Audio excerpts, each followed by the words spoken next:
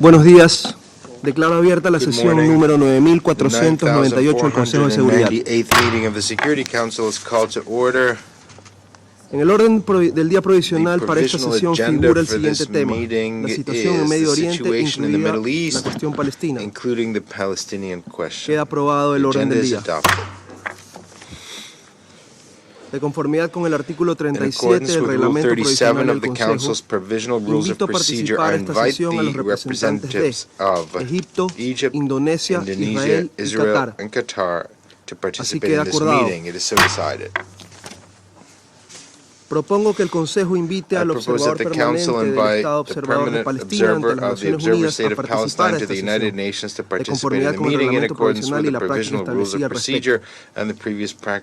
Como no hay objeciones, así queda acordado. 'There being no objections, it is so decided. 2. Propongo que el Consejo invite al observador permanente del Estado observador de Palestina ante las Naciones Unidas a participar de esta sesión, de conformidad con el reglamento provisional y la práctica establecida al respecto. It is so decided. De conformidad con el artículo 39 del reglamento provisional del Consejo, invito también a la excelentísima señora Hida Sampson, representante de la delegación de la Unión Europea ante las Naciones Unidas, a participar en esta sesión.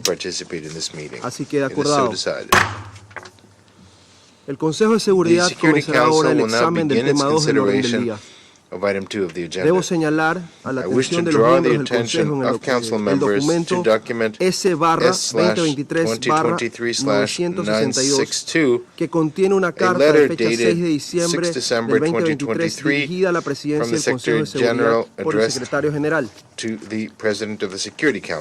Doy ahora la palabra al Secretario General, excelentísimo señor Antonio Guterres. Señor Presidente, gracias por convocar esta reunión del Consejo de Seguridad en respuesta a mi carta del 6 de diciembre sobre la situación en Gaza y Israel.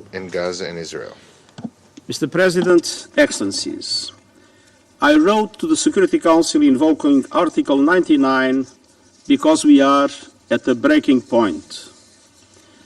There is a high risk of the total collapse of the humanitarian support system in Gaza, which would have devastating consequences.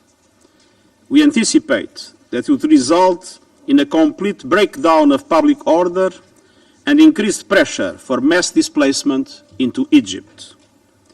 I fear the consequences could be devastating for the security of the entire region. We have already seen the spillover in the occupied West Bank, Lebanon, Syria, Iraq, and Yemen. There is clearly, in my view, a serious risk of aggravating existing threats to the maintenance of international peace and security. The risk of collapse of the humanitarian system is fundamentally linked with the complete lack of safety and security for our staff in Gaza, and with the nature and intensity of military operations which are severely limiting access to people in desperate need. The threat to the safety and security of United Nations staff in Gaza is unprecedented. More than 130 of my colleagues have already been killed, many with their families. This is the largest single loss of life in the history of our organization. Some of our staff take their children to work so they know they will live or die together. Colleagues have shared heartbreaking messages from staff members pleading for help. The Under-Secretary General of the Department of Safety and Security has advised me that all possible means of mitigating the risk to staff within Gaza, short of evacuation, are closed off because of the way this conflict has evolved. I cannot emphasize strongly enough that the UN is totally committed to stay and deliver for the people of Gaza. And I pay tribute to the heroic humanitarian aid workers who remain committed to their work despite the enormous dangers to their health and their lives. But the situation is simply becoming untenable. The Council called in Resolution 2712, and I quote, for the scaling up of the provision of such supplies to meet the humanitarian needs of the civilian population, especially children, end quote. I deeply regret to inform the Council that under current conditions on the ground, the fulfillment of this mandate has become impossible. The conditions for the effective delivery of humanitarian aid no longer exist. The crossing point at Rafah was not designed for hundreds of trucks and is a major bottleneck. But even if sufficient supplies were permitted into Gaza, intense bombardment and hostilities, Israeli restrictions on movement, fuel shortages, and interrupted communications make it impossible for UN agencies and their partners to reach most of the people in need.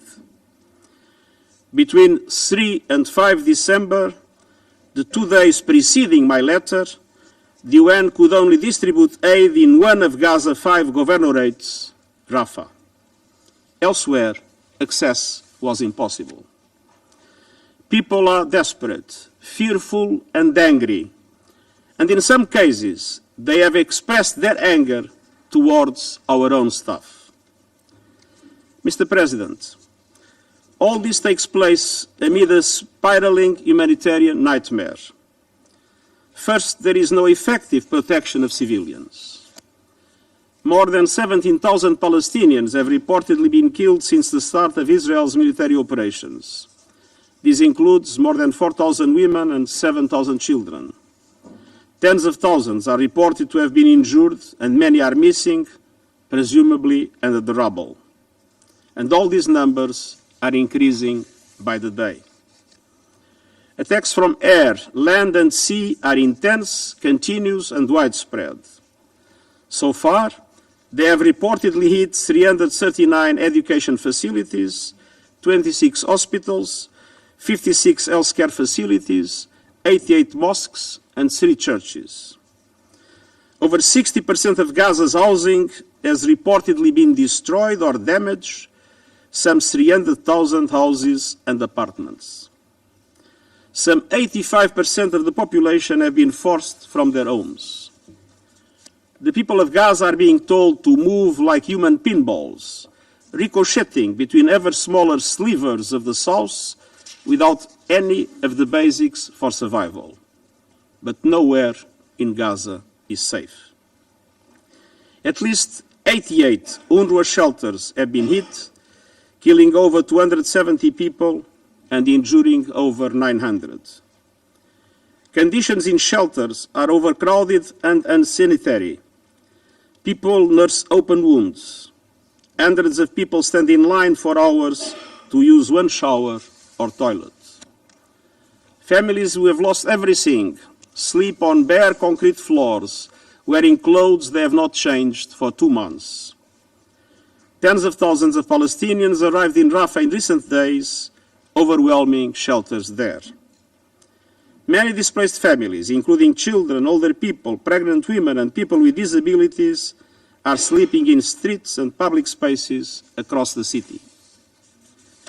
Mr. President, second, Gazans are running out of food. According to the World Food Programme, there is a serious risk of starvation and famine. In northern Gaza, 97% of households are not eating enough. In the south, the figure among displaced people is 83%. Half the people of the north and more than 1/3 of displaced people in the south are simply starving. WFP's own food stocks are running out. In the north, 9 out of 10 people have spent at least 1 full day and night without food. The last functioning flour mill in Gaza was destroyed on 15 November. WFP has provided food and cash assistance to hundreds of thousands of people across Gaza since the crisis began and is ready to scale up its operations. However, that would require effective access to all people in need and at least 40 trucks of food supplies every day, many times the current level. Mr. President, third, Gaza health system is collapsing while needs are escalating. At least 286 health workers have been killed. Hospitals have suffered heavy bombardment. Just 14 out of 36 are still functioning. Of these, 3 are providing basic first aid, while the others are delivering partial services. The European Gaza Hospital, one of the 2 main hospitals in southern Gaza, has 370 beds.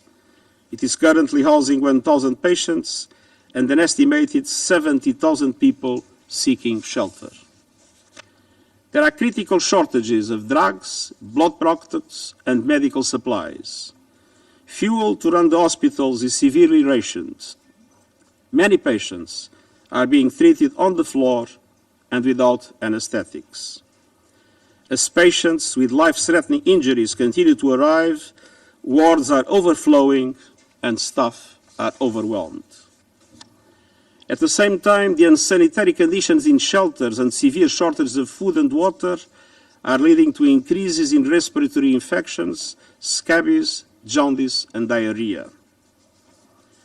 everything I just described represents an unprecedented situation that led to my unprecedented decision to invoke Article 99, urging the members of the Security Council to press to avert a humanitarian catastrophe and appealing for a humanitarian ceasefire to be declared. Mr. President, we are all aware that Israel began its military operations in response to the brutal terror attacks unleashed by Hamas and other Palestinian armed groups on 7 October. I unreservedly condemn those attacks, and I'm appalled by the reports of sexual violence. There is no possible justification for deliberately killing some 1,200 people, including 33 children, injuring thousands more, and taking hundreds of hostages.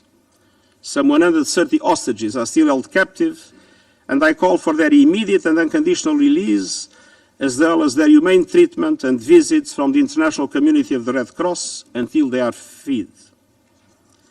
At the same time, the brutality perpetrated by Hamas can never justify the collective punishment of the Palestinian people. And while indiscriminate rocket fire by Hamas into Israel and the use of civilians as human shields are in contravention with the laws of war, such conduct does not absolve Israel on its own violations.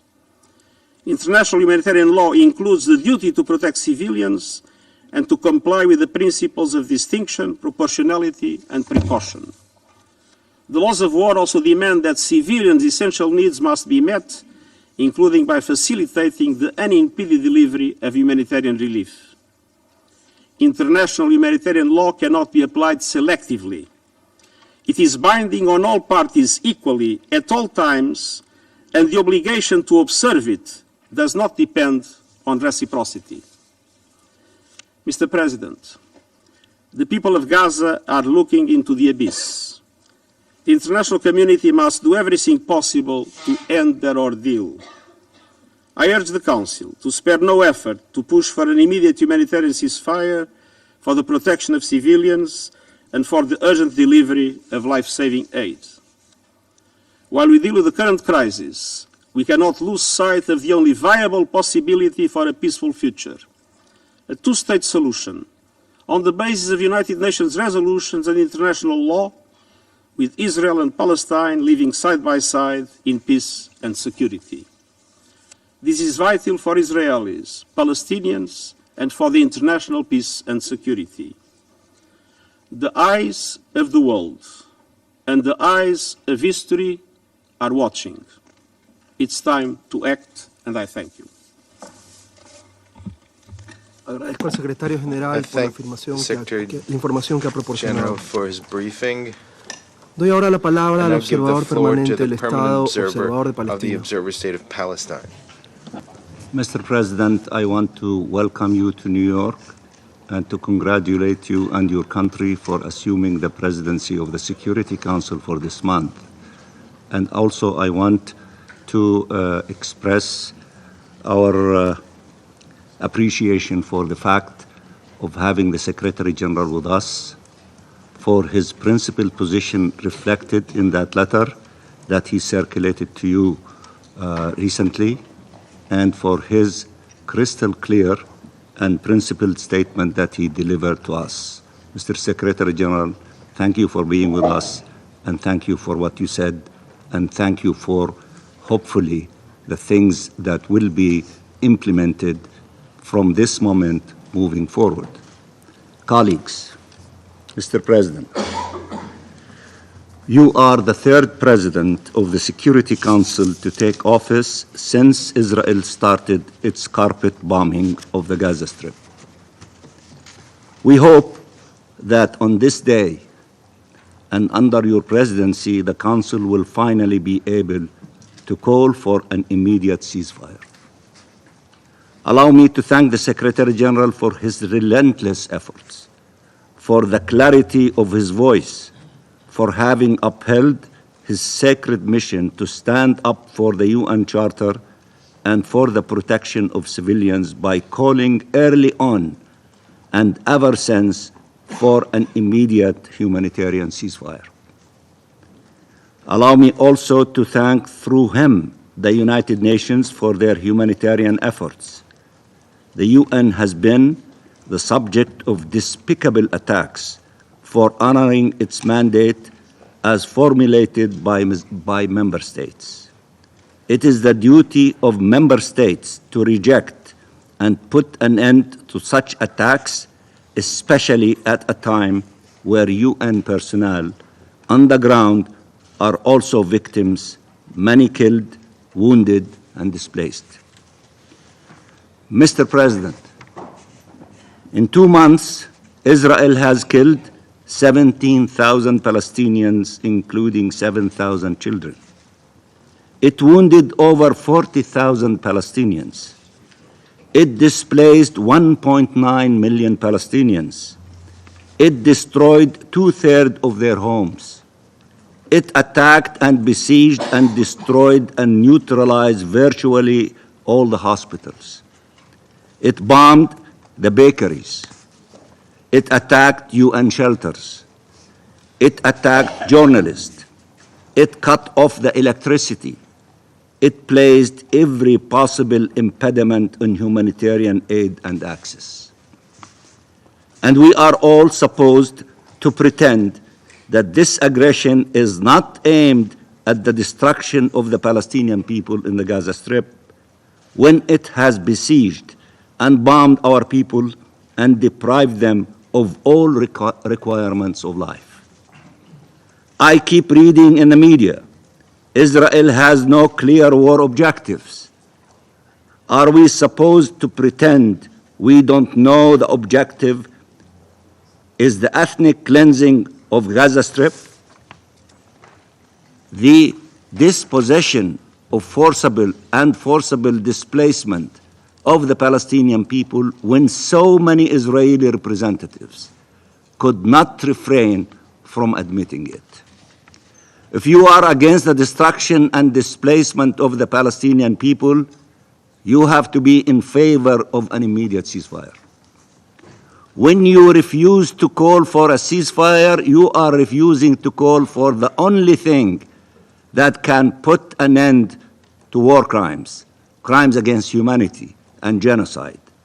This is how Israel is conducting the war, through atrocities. You can keep calling on it to protect civilians, to uphold the laws of war, to allow humanitarian aid in. It will keep toying with you, fooling you, forcing you to discuss the number of trucks while people still cannot get food, water, medicine. It will keep telling you if people only heeded its calls to head south, they would have been safe while bombing them in the south itself. And now telling you it is creating imaginary safe zones while it continues killing people everywhere. It will explain to you that all of Gaza is a military target, that everyone in Gaza can be killed, since they are either terrorists or human shields. Enough is enough. They are playing games with you, and they're taking you for a ride, and you need to wake up and see reality as is. If 2 months of dehumanization and lies and massacres are not enough to make you understand Israel's plan, what will? Regardless of how good your intentions are, how genuine your efforts are, this is the moment of truth, as the Secretary General correctly stated a few minutes ago. The shame is not on those calling for a ceasefire in the face of such atrocities. It haunts those refusing to do so. Israel's objective is clear. It is to force people out, and regardless how many times some say it will not happen, everything confirms we were right from day one. We told you they will make Gaza unlivable for all, that they will displace the people, that they were pushing them south and killing them in the process, and that if eventually they will launch a full-fledged attack on the south to push people out. When facts show we are right, no one should persist in saying they could somehow allow this war to continue, but be against its true objectives. This war is part of the assault to end the Palestinian people as a nation and to destroy the question of Palestine. If you do not share this objective, you must stand against the war. The person leading this assault would sacrifice the Palestinian people and the Israeli people for his political, selfish survival, and is a sworn enemy of the two-state solution. His entire life has been dedicated to the annihilation of the Palestinian people and peace. He has been searching for an opportunity to put a definitive end to the national aspirations of the Palestinian people and to the aspirations for peace among Palestinians and Israelis. This is Netanyahu's war. This is the war of the extremist coalition in power in Israel. No one should get sucked into it any further. Its aim is not security. Its aim is to prevent forever any prospect of Palestinian independence and of peace. These intentions are clear in the Gaza Strip as well as in the West Bank, including East Jerusalem. No one should pretend there is any question regarding the criminal nature of this assault. No one should pretend that those launching the bombs everywhere care at all about people held captive. No one should pretend that this war is targeting Hamas when almost all its victims are civilians, when 70% of those killed are women and children. Mr. President, we have hostages held by Israel as a means to terrorize and pressure our people. Children, women, men of all ages, by the thousands, including these days, those abducted in Gaza, humiliated and paraded in the streets, almost naked. We have 2 million hostages in the Gaza Strip. Our civilians have been attacked repeatedly. Our security and our very existence is under threat. Are we allowed to do what Israel does? The law should be upheld for everyone and against anyone. The same law that protects all civilians' life. There is no hierarchy of races or faith or nationalities.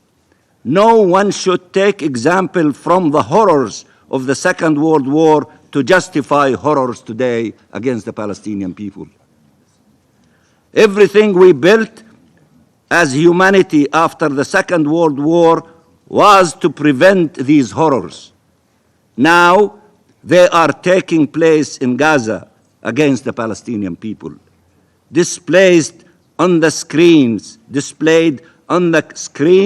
of the entire world, and the war criminals conducting it have no shame, and instead of being blamed, are blaming everyone else, attacking everyone. The Secretary General, who is upholding his sacred mission, who is standing by the UN Charter, they are attacking states who are refusing to be complicit with such crimes, including their allies. They are attacking UN officials, the UN agencies, and humanitarian and human rights organizations performing their duty in the most impossible of circumstances. They are bullying, intimidating all those who stand for the rule of international law, because they believe there is an international law specific to them. that allows them to commit atrocities. How can this be allowed to continue? It can't. It shouldn't. It has to stop. Israeli exceptionalism has to end, and it has to end now. Stop rewriting international law to fit Israeli crimes, and stop calling for respect for international law while supporting an assault that has torn it into shreds. The Palestinian people will not die in silence. The Palestinian people will not die in vain. The Palestinian people deserve respect. Every people does, but we have earned it. We have paid the heaviest of price to earn it. We have survived every attempt to annihilate us over a century with barely any means. Show us respect, not in words, but in deeds. Show us respect to our lives, to our rights. This is a moment in history, one where everyone will be asked where they stood, and that will determine who they truly are and what they really stand for. The entire international law lies on one premise: nothing justifies atrocities. This is an atrocity assault. When faced with atrocities, it is not your right to call for them to end, it is your obligation to end it. Save lives. Save lives, save our lives and their lives. Heed that call by billions around the world, by an overwhelming majority of states from across the globe. Let the most noble human instincts carry us, the instinct to preserve life. There is no role more important for this council than to save civilian lives. 2.3 million Palestinians are fighting for their lives as we speak every single day. Save them. Tell them, show them, help is on the way. We call on you in the name of humanity, in the name of justice, in the name of peace, to vote for a ceasefire by supporting the resolution presented by the United Arab Emirates as Arab representative on the Security Council. We thank all those co-sponsoring it from across the globe. What is happening in Palestine now and what will happen next will determine the future of our region for generations to come, will impact relations and perceptions across the world for generations to come. This is time for courage and decisiveness. This is time for action. Time is up. You need to act, and you need to act now. And thank you, Mr. President. Agradezco al observador permanente del Estado observador de Palestina por su declaración. Doy ahora la palabra al representante de Israel. Thank you, Mr. President. Mr. President, recently the world has witnessed brutal wars and bloodshed. Nearly 2 years ago, peace was upended in Europe for the first time since World War II. Russia invaded Ukraine, and the entire globe has felt the impact. Food prices and energy prices surged, affecting countries everywhere. Supply chains suffered a hard hit, and the chance for a global war became a terrifying possible reality. Yet, shockingly, Article 99 was not invoked. The same can be said regarding the thousands killed in Yemen, or how the murderous Assad regime of Syria continued to massacre its own people, including through the use of chemical weapons. In each one of these conflicts, and I have other examples, tens, if not hundreds of thousands were killed and millions were displaced. Yet, Not once, not even once, has Article 99 of the UN Charter been invoked. Is the war in Ukraine not a threat to international peace and security? Do the millions of displaced Syrians and the children whose corpses were found foaming at the mouth in Douma not symbolize a threat to regional stability? Is watching thousands of Yemeni children die in war while tens of thousands starve not worthy enough to invoke Article 99? Despite the immense global impact of other conflicts and far more pressing threats to international peace and security, Israel's defensive war against Hamas, a designated terrorist organization, was the catalyst for activating Article 99. The irony is that regional stability and the security of both Israelis and Gazans can only be achieved once Hamas is eliminated, not 1 minute before. So the true path to ensure peace is only through supporting Israel's mission, absolutely not to call for a ceasefire. And secondly, distinguished colleagues, for those of you calling for a ceasefire, it is crucial that you remember the facts. On October 6th, there was a ceasefire in place. But on October 7th, Hamas broke the ceasefire with an unprovoked invasion of thousands of Hamas Nazis into Israel.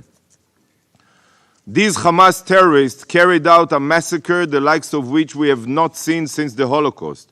They raped women and girls, beheaded babies, burned families alive, and took 250 hostages, ranging from infants to the elderly. Following the atrocities of October 7th, Israel committed itself to the elimination of Hamas's capabilities for the sole reason of ensuring that such horrors could never be repeated again. And if Hamas is not destroyed, such horrors will be repeated. Hamas officials have made it clear publicly, time and again, that October 7th was just a rehearsal, and they will continue to carry out atrocities again and again. Hamas is responsible for inhumane terror against Israelis. Hamas is responsible for ruling Gaza with an iron fist, forcing Gazans to live in poverty, deprived of basic human rights. Hamas is responsible for exploiting international aid to fuel their war machine. And calling for a ceasefire is precisely what ensures that this will continue. A ceasefire means that the suffering of all will carry on. A ceasefire cements Hamas's control of Gaza. But even more than that, calling for a ceasefire sends a clear message that Hamas is forgiven for their deliberate atrocities, and Hamas's oppression of Gazans is given a green light by the international community. Hamas, like any other entity, only responds, like any terror entity, only responds when its existence is threatened. And without the military pressure applied on Hamas, no amount of diplomacy can secure the release of hostages. Is this what the Council desires? That Hamas continues its reign of terror forever? That the hostages, among them women and children, never leave Gaza? Hamas won't even permit the Red Cross to visit them. Hamas has a clear script. If you call for a ceasefire, then you are following it. Hamas knows that it cannot defeat Israel on the conventional battlefield. This is why Hamas targets the murder and murders civilians. They seek to terrorize Israelis and drive us out of our homeland in fear. But Hamas's vicious strategy is also to advance the death of many Gazan civilians as well. This is why Hamas hides behind and under the civilian population. This is why they use hospitals for cover and schools as arms catches, including UNRWA schools. Hamas wants to maximize civilian casualties, to co-opt the UN to pressure Israel to cease its fire and allow Hamas to survive and continue its reign of terror. Hamas knows that the more civilian fatalities there are, the more pressure the international community will put on Israel. This is why Hamas also fabricates death tolls. which are taken at face value here, with no real efforts made by the UN to verify them. According to the Hamas Ministry of Health, almost no terrorists have been killed in this war, only women and children. This is the same body that falsely blamed Israel for 500 casualties at El Ahli hospital, when the truth is that the number of casualties was drastically lower, and Palestinian Islamic Jihad was the one responsible for the fatalities. I will be very clear, dear colleagues. The number you are basing your discussions on are libelous and distorted, drastically. Hamas has built terror bases inside and underneath medical facilities. This has been proven.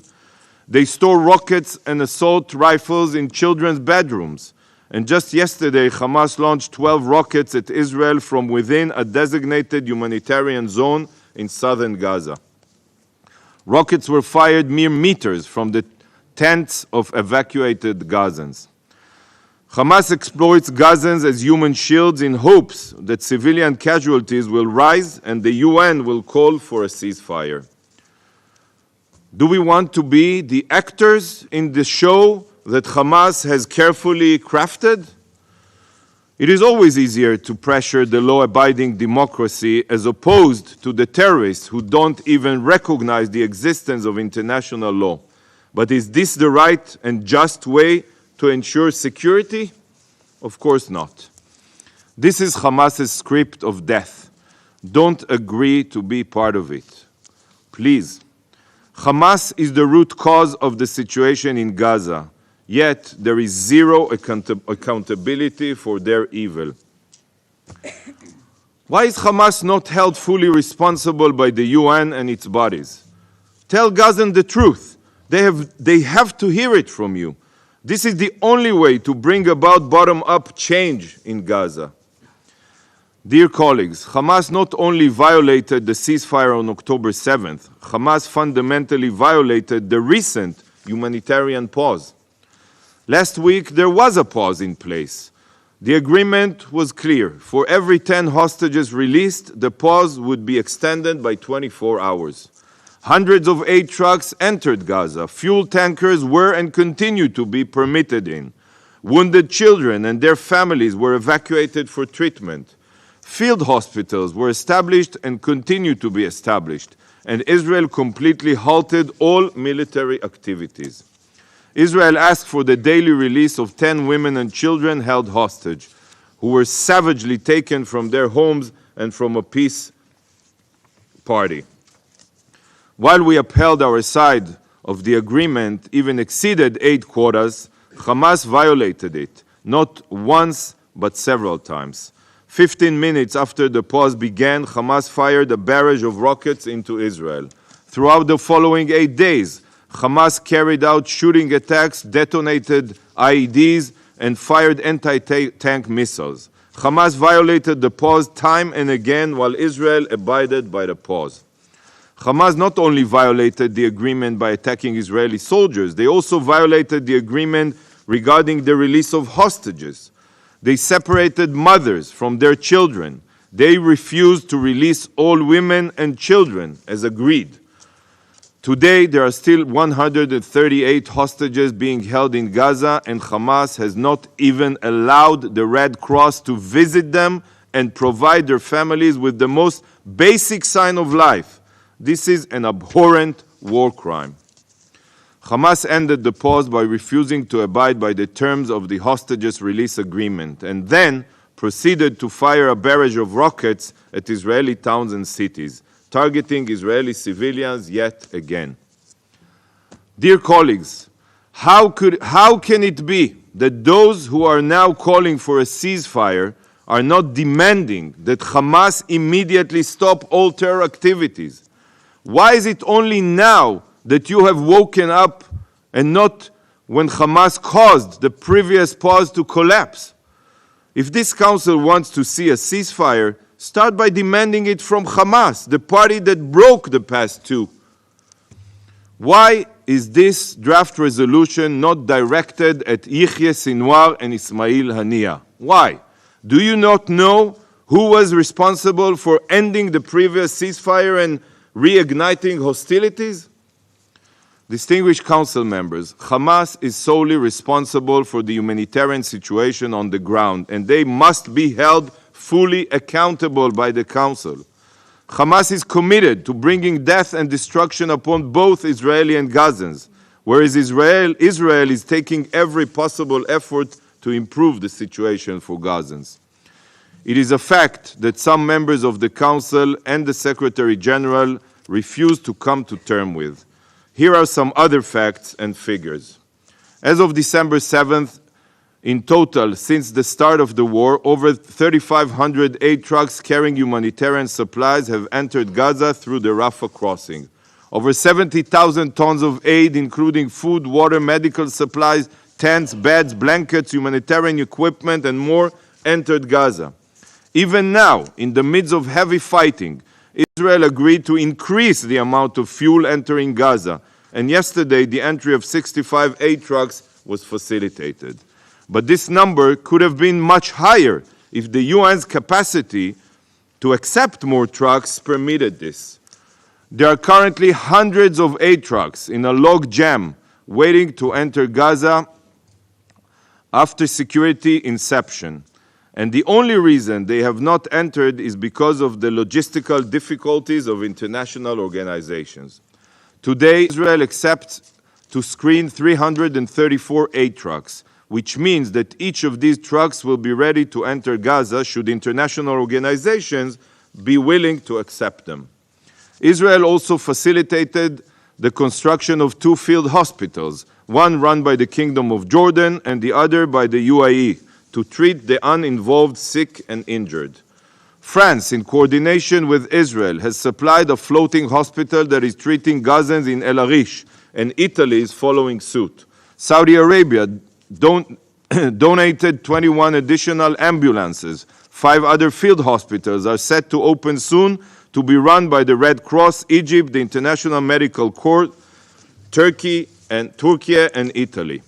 553 sick and injured have exited Gaza for treatment abroad, accompanied by 378 family members and guardians. This, dear friends, was all allowed and facilitated by Israel. In fact, Israel welcomes any and all humanitarian assistance to Gaza from any and all countries willing to assist.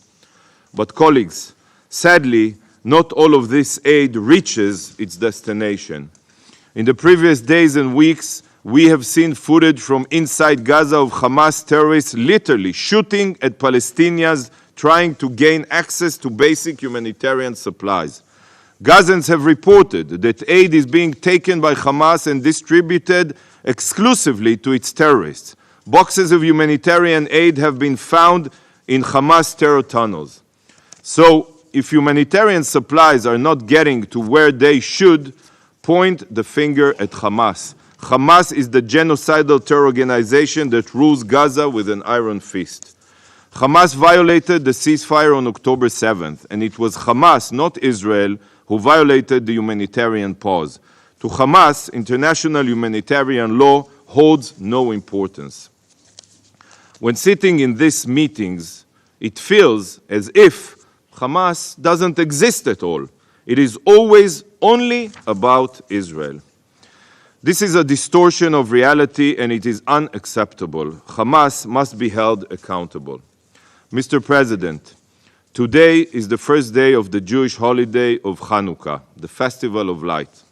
It is one of the Jewish holidays that celebrates the Jewish people overcoming attempts in each generation to destroy us. How world powers tried to deny our presence in our ancestral homeland, in Jerusalem, in the 2nd century BCE, before Jesus, before Muhammad. It is a holiday that celebrates how light prevailed over darkness. Today, sadly, we find ourselves again surrounded by darkness, with forces that seek to destroy us and also to demonize and delegitimize us. Jewish tradition teaches that even a little bit of light can dispel much darkness. Every one of you can use light to dispel the darkness and expose the truth. I pray that we see another Hanukkah miracle here in the UN, and that the Almighty will allow the truth and light to prevail here in this council. That we will see Hamas defeated soon, so that both Israelis and Gazans can live freely, free of violence and free of fear. Israel, Mr. President, will continue with her mission, the elimination of Hamas's terror capabilities and the return of all of the hostages. And we will complete our mission while supporting every humanitarian initiative to improve the situation for Gazans. Whoever truly seeks peace and security in the region must understand that the only way to achieve this is by destroying Hamas, not by calling for ceasefire, which will only extend the war and suffering of all. There is no other option. Thank you, Mr. President. Agradezco al representante de Israel por su declaración. Doy ahora la palabra a los miembros del Consejo que deseen formular una declaración. Tiene la palabra el representante de Emiratos Árabes Unidos. Thank you, Mr. President. Mr. Secretary General Antonio Guterres, thank you for your briefing. We are profoundly grateful for your steadfast moral leadership. By taking the rare step of invoking Article 99 of the UN Charter, you are compelling us to confront the enormity of the catastrophe unfolding in Gaza. It is our fervent hope that your demand is met. Mr. President, for 2 harrowing months, we have borne witness to the onslaught in Gaza. Israel's military operations has killed more than 16,000 Palestinians, 7,000 of them children. It has displaced 80% of the population and damaged or destroyed 60% of housing units. For context, this is a scale of destruction surpassing even the bombing of Dresden in 1945. For the many Gazans who have never left that narrow, besieged strip of land, their entire world is being systematically demolished before their eyes. The invocation of Article 99 must be a tipping point, a solemn reflection of the desperate plight in Gaza and the imperative need for the Council to act. The Council must act when too little aid is getting in and humanitarian workers are unable to deliver it for fear of being killed. The Council must act when the siege on Gaza is becoming a major source of death. The Council must act when unrelenting bombardment kills more than 130 UN staff members. Despite the recent temporary pause, the violence and danger to civilians has not abated. In fact, this conflict has now graduated to a new, more dangerous phase. The siege of Khan Yunis and other parts in southern Gaza, where hundreds of thousands of people have fled, has now begun. There is literally no safe haven for the millions of people trapped and under attack. Mr. President, in his letter, the Secretary General noted that Gaza's healthcare system, or what's left of it, is on the verge of collapse. Israel is warning the World Health Organization that unless it removed its medical supplies in southern Gaza, impending military operations will put them beyond use. We condemn in the strongest possible terms the deliberate targeting of medical facilities, equipment, and personnel. For our part, the UAE established a field hospital inside Gaza on December 2nd, with an operational capacity of 150 beds. We recognize that these efforts are not nearly enough. Even during the recent pause, we saw the need for an enhanced aid delivery mechanism to allow full, rapid, safe, and unhindered access. We need a streamlined monitoring system and an expanded capacity to deliver goods, including through the opening of further crossings and entry points. We note that Israel reportedly agreed to open the Karam Abu Salim crossing for inspections only, and while this should reduce the time delays, it remains necessary for all crossings to be opened and, if needed, repaired. we stress the importance of ensuring the full implementation of Security Council Resolution 2712, which demands all parties to respect their obligations under international law and calls for urgent and extended humanitarian pauses. We underscore that members of this Council must ensure implementation, but we all know that the only way to end this tragedy is to impose an immediate humanitarian ceasefire. There is no defensible, moral, political, nor military justification for this carnage to continue. After 2 months of war, ambulances are delivering more dead than survivors to the few emergency rooms left functional in Gaza. Over the last few days, reports have revealed what precisely unfolded in northern Gaza. In the intensive pediatric care unit of an abandoned hospital, several babies lay dead, their bodies decomposing. Let that harrowing image haunt anybody persisting in the fantasy that the operation in the south will be any less horrific. It will not. Mr. President, this war has brought our region to a breaking point, but its effect has rippled far beyond. There has been an appalling increase in incidents of anti-Semitism and Islamophobia worldwide. The international system is teetering on the brink.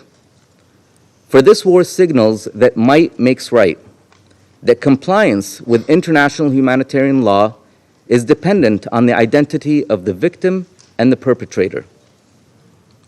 Mr. President, the Secretary General, every head of every UN agency, humanitarian organizations, and the overwhelming majority of the world's population have repeatedly called on members of this body to bring this unrestricted violence to a definitive and sustainable end.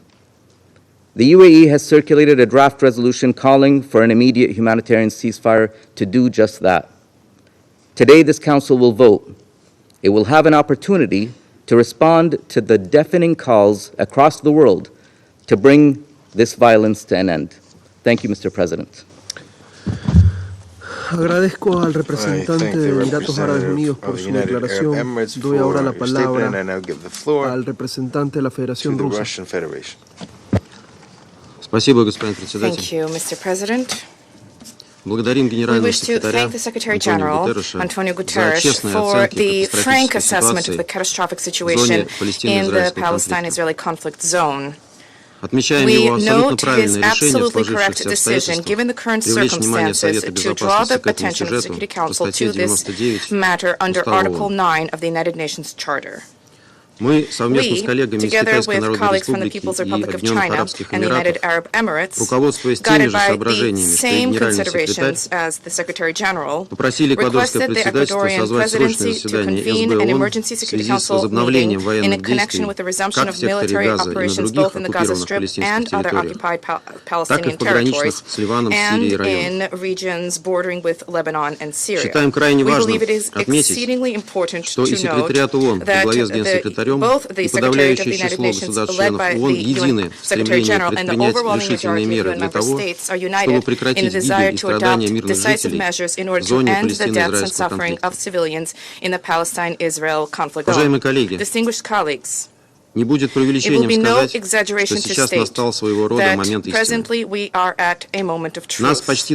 For nearly 2 months, we were told that what is most important, what is most pressing, what is most urgent that the Council needs to do is to call for humanitarian pauses. Нам говорили, что We were это, в told отличие от that this, прекращения огня, unlike a якобы ceasefire, достижимая is и реалистичная allegedly цель. an achievable and a realistic На все goal. вопросы, как же As for будет the questions that обеспечиваться were posed выполнение этого regarding призыва, how this мы call получали will be ответ, что implemented, гуманитарные the агентства на response we земле received was сами that разберутся. humanitarian agencies on the ground will deal Что with ж, it время themselves. подвести итоги. Well, it is time to take stock. Гуманитарная пауза действительно была. Humanitarian pause did indeed take place. Однако она не имела However, this никакого humanitarian отношения к pause had резолюции nothing to Совета do with Безопасности Security Council 2712. Resolution Данная пауза 2712,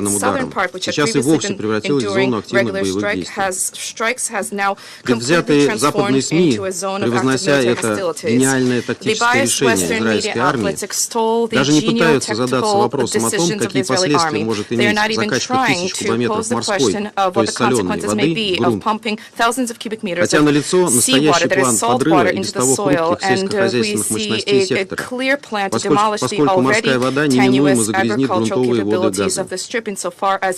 Господин председатель, здесь уместно вспомнить, что с самого начала эскалации Израиль препятствует нормальному поступлению питьевой воды в Газу. Основная часть имеющихся водопроводов отключена, снабжаются отдельные районы южной части сектора. Все гуманитарные агентства в один голос говорят, что provided for the certain parts of the south of the Strip. The humanitarian agencies unanimously say that this is not enough to provide for the basic needs of thousands of civilians besieged in Gaza. If on top of the artificially established problems of drinking water from the tap, if the groundwater is then also polluted, the situation will become catastrophic. Let us recall that pursuant to the norms of IHL, Article 23 and 59 of the Fourth Geneva Convention dating 1949, the occupying power bears a specific responsibility to ensure that the civilian population has access to basic necessities. I wish to emphasize in particular that the consequences of the pollution of groundwater, the sole source of fresh water for the Gaza population, will persist not for years, but for a century. On top of incessant, indiscriminate bombardment and the targeted strikes targeting civilian objects, which are geared towards fomenting horror and panic among civilians, there is a systematic strategy taking shape for the violent displacement of Palestinians. Its cannibalistic logic is very simple: to make life in Gaza unendurable and even possibly to leave the population with a single choice: to leave their homes or to be killed. This is inhumane strategy which is abundant with war crimes. There are egregious violations of almost all provisions of Article 51 and 54 of the First Additional Protocol to the Geneva Conventions. These conventions, among other things, prohibit attacks against civilian populations and objects, acts or threats of violence, the main purpose of which is to spread terror against the civilian population, and prohibits resorting to indiscriminate attacks. We see the egregious war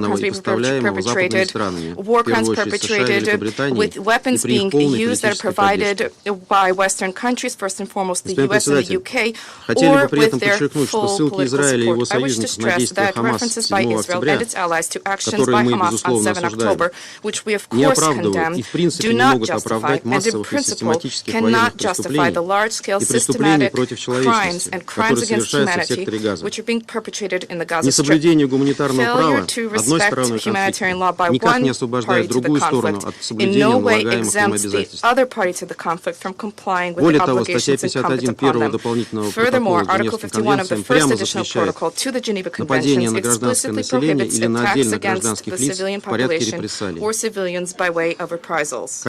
Colleagues, at the same time, one can hardly trust that there will be due assessment of what is taking place by Western countries or such corrupt bodies under their control as the International Criminal Court. The ICC will never disobey its patrons or allies insofar as it is designed to advance their political agendas. For neither the US nor the United Kingdom nor other Western countries bore any responsibility whatsoever for their war crimes in Afghanistan, Iraq, and Libya. We all remember how the British prosecutor of the ICC, Karim Khan, disgracefully deprioritized, essentially simply stopped the investigation into the crimes of Western military personnel in these countries.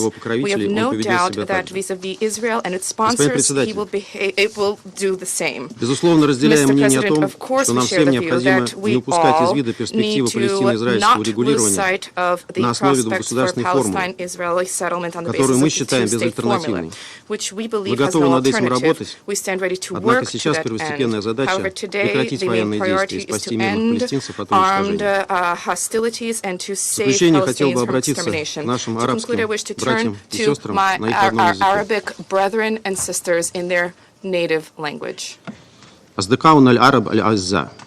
My dear Arab friends, Russia calls to an end to the cycle of violence that began since the escalation between Israel and the Palestinians that we have been witnessing since the 7th of October. We add our voice to the calls to end for a ceasefire, a permanent ceasefire, and return to addressing the root causes of this conflict and averting a humanitarian catastrophe from the Gaza Strip. We denounce categorically any act that may lead to civilian deaths, including women and children. We also do not accept any plot to forcibly displace the Gaza population to the south, which is a new Nakba for the Palestinian people. My country supports all constructive initiatives of the Security Council that aim to normalize the situation and open the space for a serious settlement process between the Palestinians and the Israelis against the background of the attempts by one of the Council members to slow or sabotage these collective efforts. In the face of these suspected plans, Russia continues to stand in solidarity with the legitimate aspirations of the Palestinian people to establish their independent state on the borders of 1967 with East Jerusalem as its capital, and which coexists in peace and security with its neighbor Israel. Russia is preparing to multiply its efforts in order to achieve this desired objective based on the known agreed terms of reference, including the relevant Security Council resolutions and the Arab Peace Initiative of 2003. And we are doing so in coordination with our partners. وفي هذا السياق تدعم روسيا مشروع قرار مجلس الأمن الذي اقترحته دولة الإمارات العربية المتحدة وندعو كل زملائنا في المجلس إلى التصويت لصالحه اليوم. شكرا. Thank you, Mr. President. Agradezco al representante de la Federación de Rusia por su declaración. Tiene la palabra el representante de China. Thank you, Mr. President. Mr. President, I thank SG Guterres for his crucial briefing a moment ago. In his letter to the Council President on the 6th of December, the SG invoked Article 99 of the UN Charter and brought to the attention of the Security Council to the situation in Gaza, which may aggravate existing threats to international peace and security. The SG has just once again raised a sobering warning and made an appeal, fully demonstrating the gravity and urgency of the current situation. It once again demonstrates its sense of responsibility. The situation in front of and the task required of the Council is very clear and definitive. Act immediately, achieve a ceasefire, protect the civilians, and avoid a human catastrophe on a larger scale. The draft resolution tabled by the UAE on behalf of the Arab states reflects the universal call of the international community and represents the right direction for the restoration of peace. China fully supports this and would join in co-sponsoring this draft resolution. As it stands, only a ceasefire can save lives and avoid a bigger human catastrophe. The war in Gaza has claimed the life of over 17,000 innocent civilians. Over 1 million people have fled from north to the south, only to find there's nowhere to hide and nowhere to go. This human catastrophe is too great for words to describe, that any waiting or delay means more death. At this juncture, only a ceasefire can avoid the havoc of regional conflagration. The negative effect of the conflict is spilling over in accelerated manner. The West Bank, the Lebanon-Israeli border, and the Syrian-Israeli border have frequently sounded the alarm. The crisis with a greater scope of impact is imminent. Any tolerance or connivance is pushing regional peace and security towards a precipice. At this juncture, only a ceasefire can create the necessary conditions for reviving the political prospects for the two-state solution. The two-state solution is the fundamental way toward the peaceful coexistence of two states, Palestine and Israel, and the lasting peace in the Middle East. Any action that allows the current conflict to drag on will only sow the seeds of hatred between the two sides and make the situation further deteriorate and do more damage to the political prospects of the two-state solution. At this moment, only a ceasefire is befitting the appropriate role of the Council. The international community eagerly looked to the Council to assume its primary function in the maintenance of international peace and security. The Council has no other option but to act urgently, without any procrastination, to bring about a ceasefire and protect civilians. Any hesitation or excuse would be irresponsible. China strongly calls upon all members to adopt a responsible approach, support this Council to make the right decision in front of war and peace, life and death. Act for peace and act to save lives. I thank you, Mr. President. Agradezco al representante de China por su declaración. Tiene la palabra el representante de Estados Unidos. Thank you, Mr. President.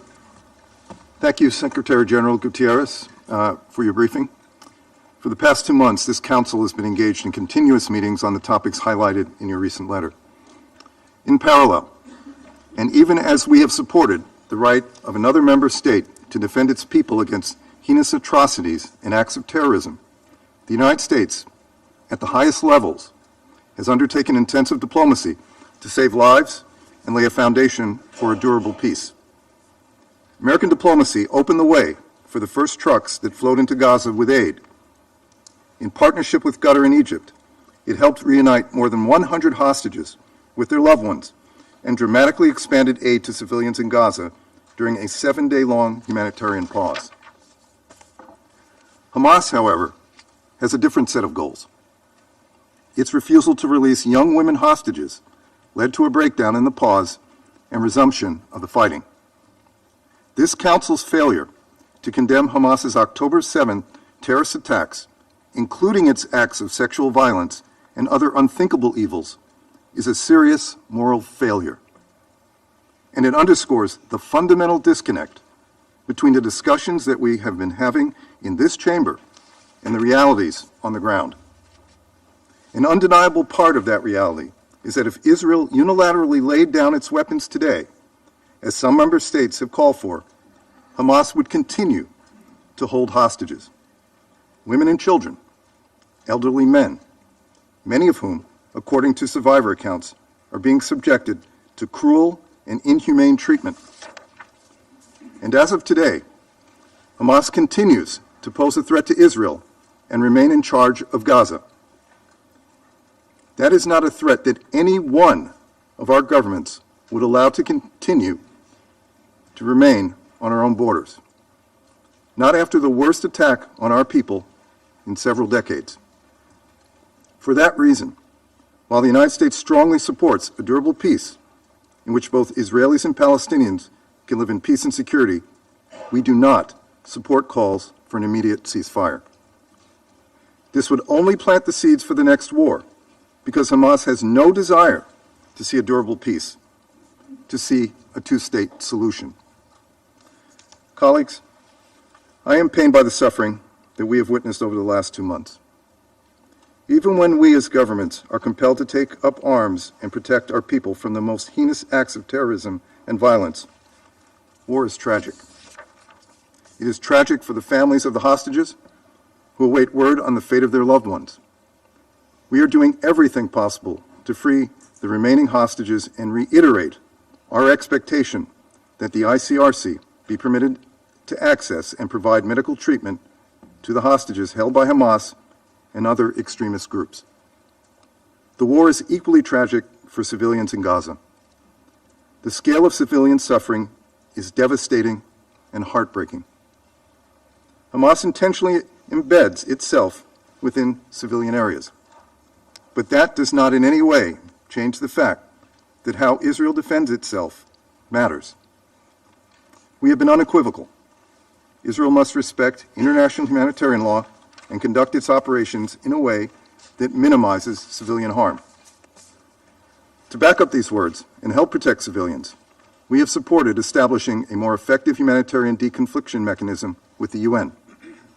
and we are monitoring its implementation. This is a moral imperative and strategic imperative. You can only win in urban warfare by protecting civilians. In every conversation, we also have underscored that Israel must avoid further mass displacement of civilians in the south of Gaza, many of whom previously fled violence. Civilians must be provided adequate time and opportunity to move, including through corridors that allow people to move safely from defined areas of hostilities. Israel must further ensure sufficient humanitarian support exists for displaced individuals. Finally, civilians displaced in Gaza must have an opportunity to return home as soon as conditions permit. There must be no enduring internal displacement or reduction in Gaza's territory. Under no circumstances would the United States support the forced relocation of Palestinians from Gaza or the West Bank. Although the extended humanitarian pause has ended, again, by Hamas's choice, we have been clear that humanitarian aid must not only continue, it must be expanded. We welcome the Israeli government's decision to open Kerem Shalom for inspections and screening of humanitarian goods. We will continue to be in touch with Israel to ensure this happens, and on the timeline committed. We also welcome the Israeli government's decision to ensure the provision of fuel that meets requisite needs to sustain the humanitarian assistance operation, including vital civilian infrastructure. Both of these outcomes are a result of intensive U.S. engagement with all parties and are consistent with Resolution 2712. They lay the foundation to expand sustained, desperately needed humanitarian aid. Of course, humanitarian aid cannot be delivered if humanitarian workers are not protected, and all parties have an obligation to protect UN and humanitarian personnel. We offer our deepest condolences to all the families, friends, and colleagues of UNRWA staff who lost their lives since October 7. Attacks against UN shelters and facilities are unacceptable. We have also continued to press that work journalists do in conflict settings is vital, and they too must be protected. Israel must avoid damage to civilian infrastructure like hospitals, power stations, water facilities, and telecommunications infrastructure. Regarding the regional dimensions of this conflict, we are concerned by the renewed violence along the Blue Line. Restoring calm there is of utmost importance, as is fully implementing Security Council Resolution 1701. Moreover, we condemn the recent attacks by Houthis against 3 separate commercial vessels operating in international waters on the southern Red Sea. Consistent with Iran's long-term support and encouragement of the Houthis' destabilizing actions in the region, we know that Iran was engaged in planning Houthi operations. Iran has the choice to provide or withhold this support, without which the Houthis would struggle to effectively track and strike commercial vessels navigating shipping lanes through the Red Sea and Gulf of Aden. We welcome the Council's press statement condemning these attacks and underlining the importance of navigational rights and freedoms of all vessels in the Red Sea. We are engaged in intensive consultations with partners and allies to determine the appropriate next steps. The United States has also been clear about the dangers from the rise in extremist violence committed by Israeli settlers against Palestinians in the West Bank. Violent extremist settlers must be held accountable for violent acts. And so, the United States is implementing a new visa restriction policy targeting individuals believed to have been involved in or meaningfully contributed to undermining peace, security, or stability in the West Bank. President Biden has been clear. The Palestinian people deserve a state of their own and a future free from Hamas. And a two-state solution is the only way to guarantee the long-term security of both the Israeli and the Palestinian people.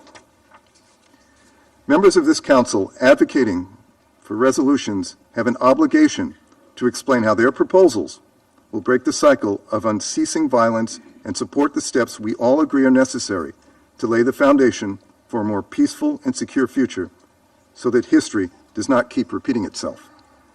Our goal should not simply be to stop the war for today. It should be to end the war forever, break the cycle of unceasing violence, and build something stronger in Gaza and across the Middle East so that history does not keep repeating itself. As has been the case since day one of this crisis, the United States will continue to use all its influence to encourage the reunification of hostages with their loved ones and the further expansion of aid to Palestinian civilians in Gaza who have suffered tremendous losses. We will continue pressing for the protection of civilians as Israel pursues legitimate military objectives. And we will not give up on a future where Hamas does not control Gaza, which is untenable for Israel's and the region's security and the well-being of the Palestinian people. Thank you, Mr. President.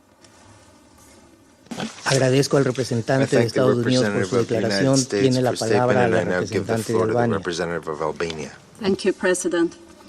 I would like to start by thanking the Secretary General for calling this meeting and for his remarks.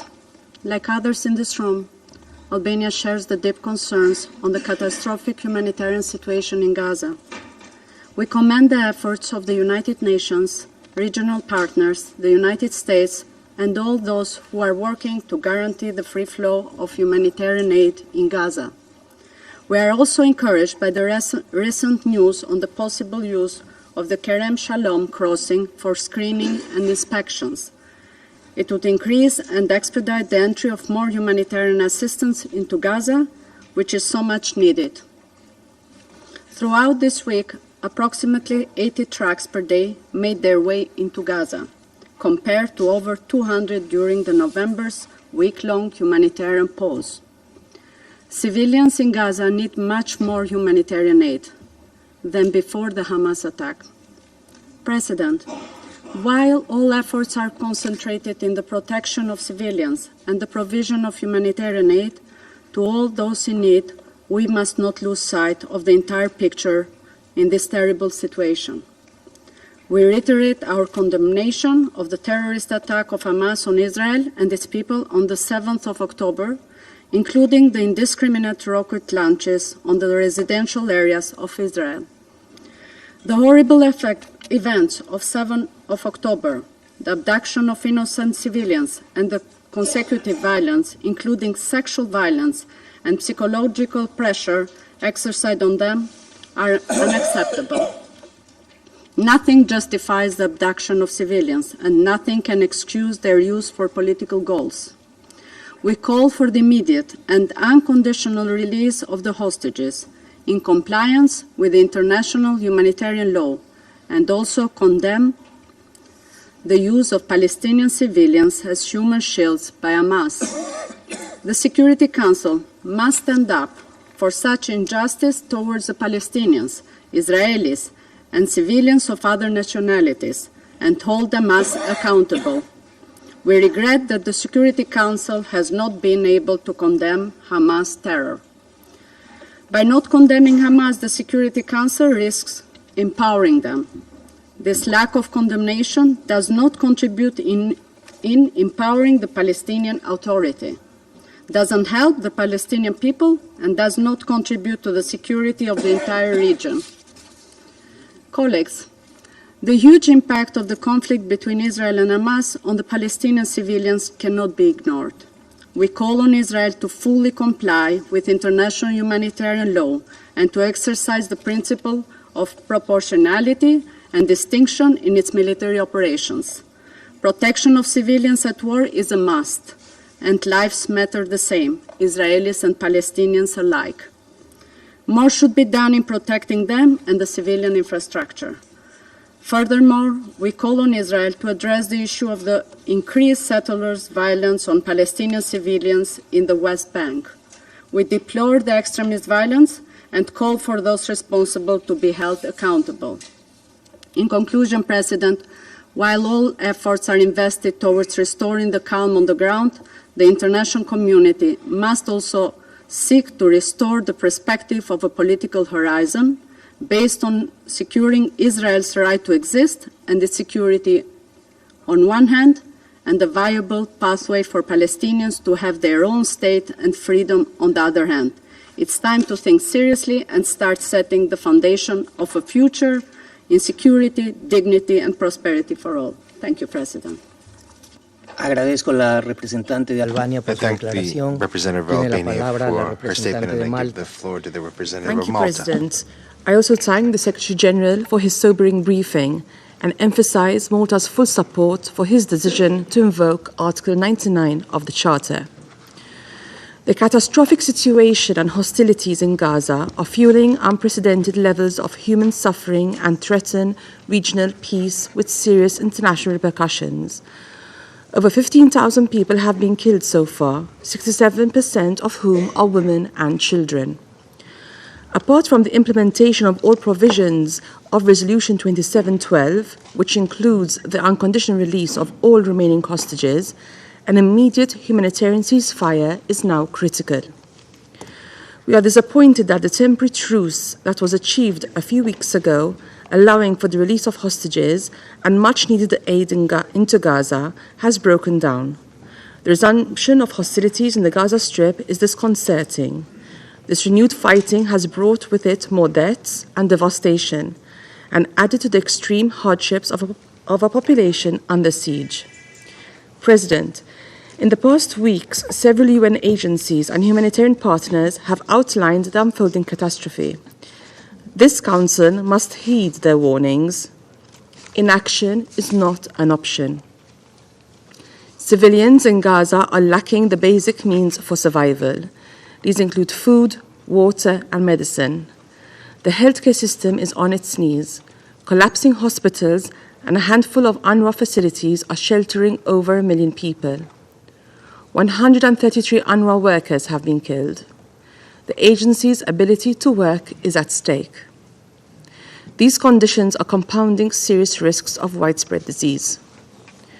Children are yet again bearing the brunt of the hostilities. They continue to be killed, maimed, and denied access to healthcare and education. Thousands have been orphaned. This must stop. The future of an entire generation is being jeopardized. There is no scenario which justifies the denial of aid for 2.2 million people, 80% of whom have been displaced. In conformity with international law, all parties are obliged to ensure that civilians and civilian infrastructure are protected. The scaling up and distribution of humanitarian aid, together with the safety of UN and humanitarian workers, must be guaranteed. The only way to achieve these imperatives is through a humanitarian ceasefire. On several occasions, Malta has unreservedly condemned Hamas's acts of terror, including the heinous attacks of 7th October, the attack in Jerusalem on 30th November, and the indiscriminate rocket fire. Hamas's strategy of embedding itself among civilian infrastructure in Gaza and reports of sexual violence committed are reprehensible. Terror has no justification, and this Council must also be clear in rejecting it. Malta recognizes Israel's right to protect her people, but all actions must be in line with international humanitarian law, including the principles of distinction, proportionality, and necessity. President, the situation in the West Bank has seen unprecedented escalations in the past 8 weeks. We are deeply worried at reports of increasingly heavy incursions, restrictions, and mass detainment occurring throughout the West Bank, including in refugee camps. A resurgence of illegal settler encroachment and violence is also gravely concerning. Settlements are illegal under international law and constitute an obstacle to peace. We condemn the forcible transfer of the Palestinian community in Zanuta and the recent destruction of its EU-funded school by Israeli settlers. Furthermore, we are alarmed at the precarious skirmishes on the Israeli-Lebanese border. Malta condemns all violations on the Blue Line, including attacks against UNIFIL.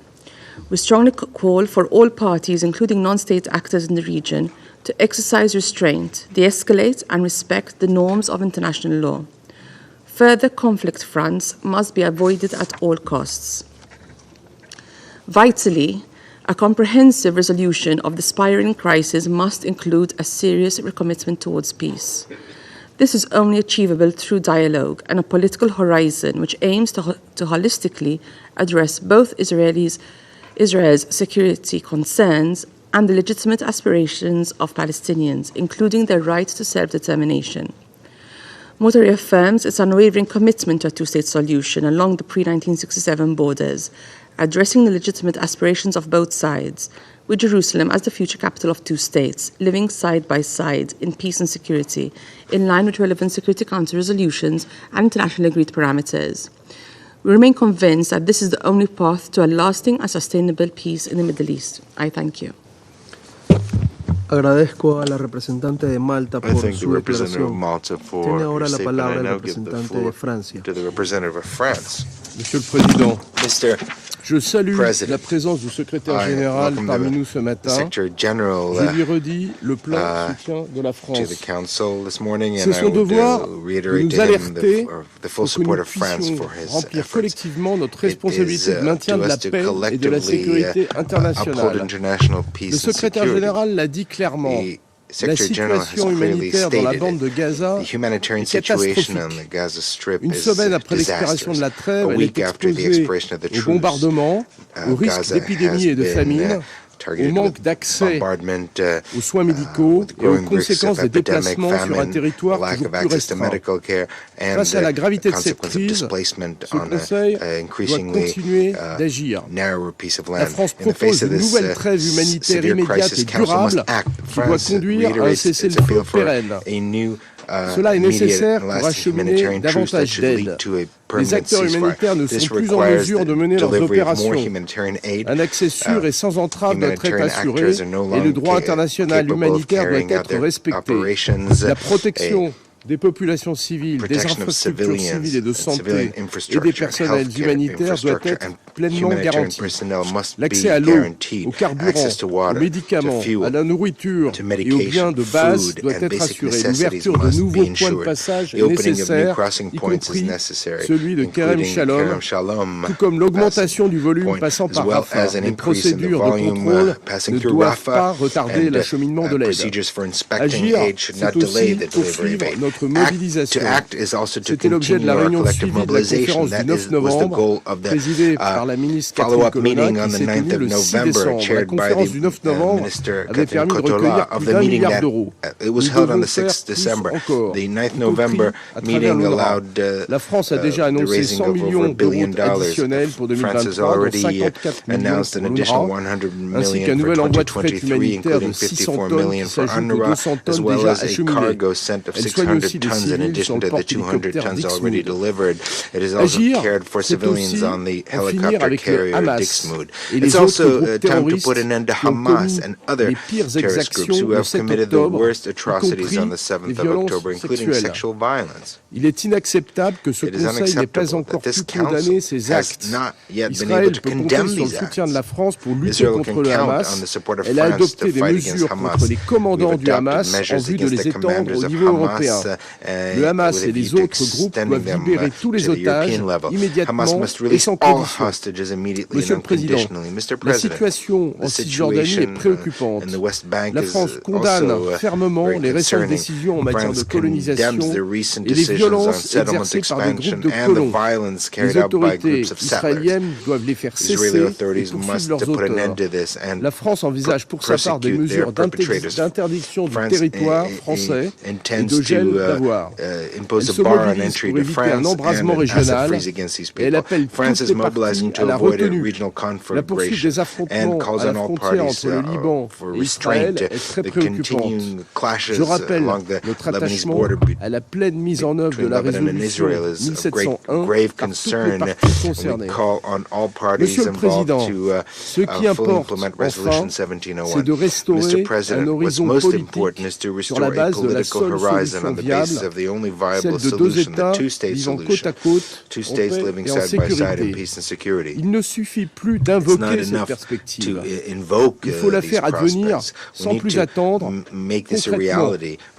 Procrastiner une fois de plus, c'est la certitude que la prochaine crise sera pire encore que la tragédie actuelle.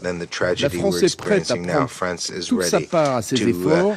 Le président de la République et la ministre sont pleinement mobilisés en ce sens et poursuivent leurs échanges continus avec leurs interlocuteurs de la région. Je vous remercie.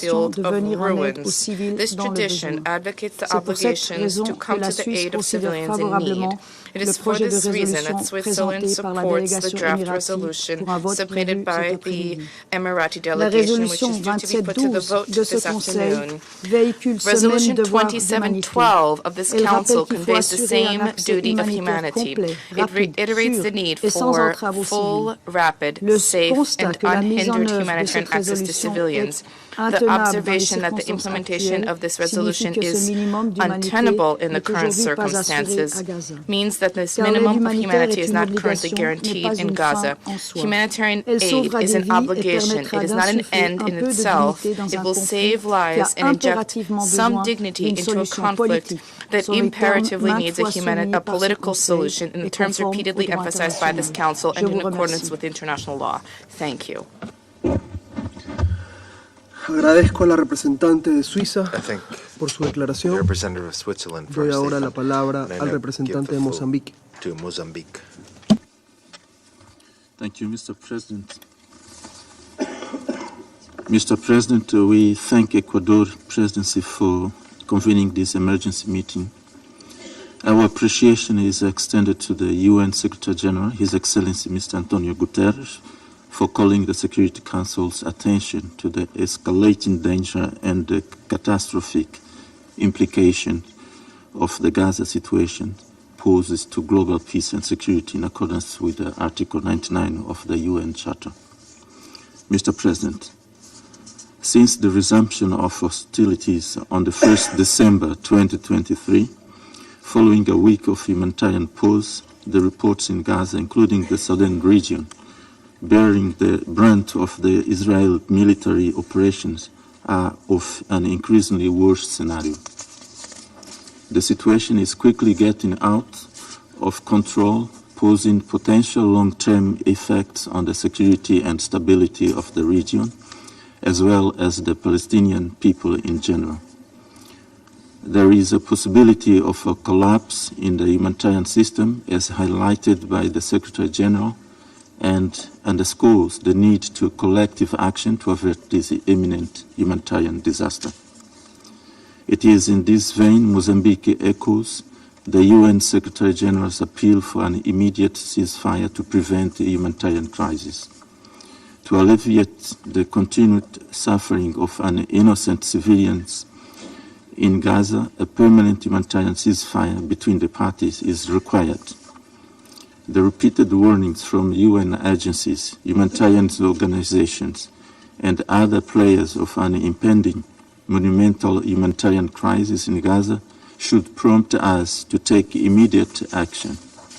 Mr. President, given the scale of loss of life in Gaza, Mozambique calls upon this Council and the international community to fully leverage their influence for the cessation of hostilities in Gaza, ensuring humanitarian assistance and restoring dialogue between the parties. We urge the Israeli authorities to implement the Security Council Resolution 2712 of November 15, 2023, to enable the delivery of life-saving supplies and services that are vital to the survival and well-being of defenseless civilians, particularly children. Practical steps must be taken now to ensure the implementation of this resolution, including an effective mechanism. Mr. President, we reiterate our call to the parties to comply with their obligations regarding to protect of civilians in accordance with the international human rights law and international humanitarian law. We urgently call the parties to demonstrate leadership and courage by engaging in dialogue to achieve a long-lasting solution, allowing both Israelis and Palestinians to live side by side in peace and security as good neighbors in accordance with the United Nations Charter. Finally, to realize this noble goal, we appeal the members of the Security Council to exert their influence on the concerned parties. I thank you, Mr. President. Agradezco al representante de Mozambique por su I thank declaración. Mozambique for your statement. Doy ahora la palabra a la representante de Reino Unido. Give the floor to the United Kingdom. Thank you, President, and thank you to the Secretary General for your briefing and for your letter to the Security Council under Article 99. Colleagues, these are dark days. The horror of Hamas' 7 October attacks hangs over us, including the shocking reports of sexual violence by Hamas against Israeli women and girls, and the terrible and heart-wrenching suffering of innocent Palestinians, including many women and young children, is a humanitarian tragedy unfolding before our eyes. The Secretary-General, who has our strong support, set out clearly the trajectory towards humanitarian catastrophe facing Palestinians in Gaza. We need to respond, and to respond with urgency. The sheer scale of civilians killed is shocking, and the fact that 80% of the population has been displaced in Gaza cannot continue. The UK continues to support Israel's right to defend itself against Hamas terrorism as it seeks the return of over 100 hostages who are still held in Gaza. But we are absolutely clear that Israel must be targeted and precise in achieving that goal. The Prime Minister and the Foreign Secretary of the UK have delivered this message and will continue to do so. Civilians must be protected. In parallel, we need a marked increase in the provision of sustainable and unhindered delivery of life-saving aid and essential services to prevent a humanitarian catastrophe from taking place. This includes increasing the types of aid allowed. The sanitation and shelter picture, together with the lack of medical provision in Gaza, is dire, and there's a desperate need for sanitation and shelter kits and vital medicines. It is welcome that Kerem Shalom will now be opened for screening aid deliveries. We urge Israel to go further and to fully open Kerem Shalom to allow goods to cross so that the huge volumes of aid that are needed can reach the people of Gaza. This should include, at minimum, the 200,000 litres of fuel per day for which the UN has called. It is imperative that we work to agree further urgently needed humanitarian pauses, building on the pivotal work of Egypt, Qatar, and the United States. President, as we work to halt the humanitarian catastrophe in Gaza, we need also to work to avoid escalation in the West Bank, including in occupied East Jerusalem. Israel's announcement approving further settlements in the lower aqueduct area of East Jerusalem is alarming and serves only to raise the tensions in the West Bank when international effort is focusing on avoiding further conflict. Let me be clear. Settlements are illegal under international law. They present an obstacle to peace, and they threaten the physical viability and delivery of a two-state solution. This decision must be reversed with immediate effect. President, let us work together to deliver peace, dignity and security for Israelis and Palestinians alike. I thank you. Agradezco a la representante del Reino Unido por su declaración. Tiene ahora la palabra el representante de Gabón. Merci, Monsieur le Président. Thank you, Mr. President. Je remercie le secrétaire général pour son engagement et ses efforts pour faire prévaloir la lettre et l'esprit de la Charte des Nations Unies dans la guerre entre Israël et le Hamas, dont l'échelle de violence meurtrière et de destruction ont atteint des proportions inhumaines. Nous exprimons notre profonde appréciation et notre soutien pour l'importante mesure de responsabilité du secrétaire général d'activer l'article 99 de la Charte des Nations Unies. Le Conseil de sécurité se doit de répondre sans plus attendre à l'appel solennel et sans précédent du secrétaire général devant l'ampleur de la catastrophe humanitaire insoutenable qui se déploie sous nos yeux dans le siège de Gaza. Il est fondamental de parvenir à un cessez-le-feu immédiat pour arrêter la tragédie à Gaza. Face à l'échelle de gravité pour la sécurité régionale et internationale et le risque d'embrasement, nous devons raviver l'espoir suscité par l'adoption par ce Conseil de la résolution 2712 du 15 novembre 2023. Chers collègues, aucun calcul n'est acceptable lorsqu'il s'agit de sauver les vies humaines. Le Gabon condamne fermement toutes les attaques qui visent les populations civiles et appelle toutes les parties à faire preuve de retenue et de s'en tenir au respect de leurs obligations en vertu du droit international humanitaire. Il est plus qu'urgent d'établir un cessez-le-feu humanitaire. Ce Conseil se doit sans relâche de poursuivre les efforts dans ce sens afin de sauver des vies humaines, particulièrement celles des enfants, des femmes et des populations civiles dans Gaza et dans la région. De même, nous devons insister pour que l'aide humanitaire soit acheminée sans entrave et en quantité suffisante dans le respect du droit humanitaire.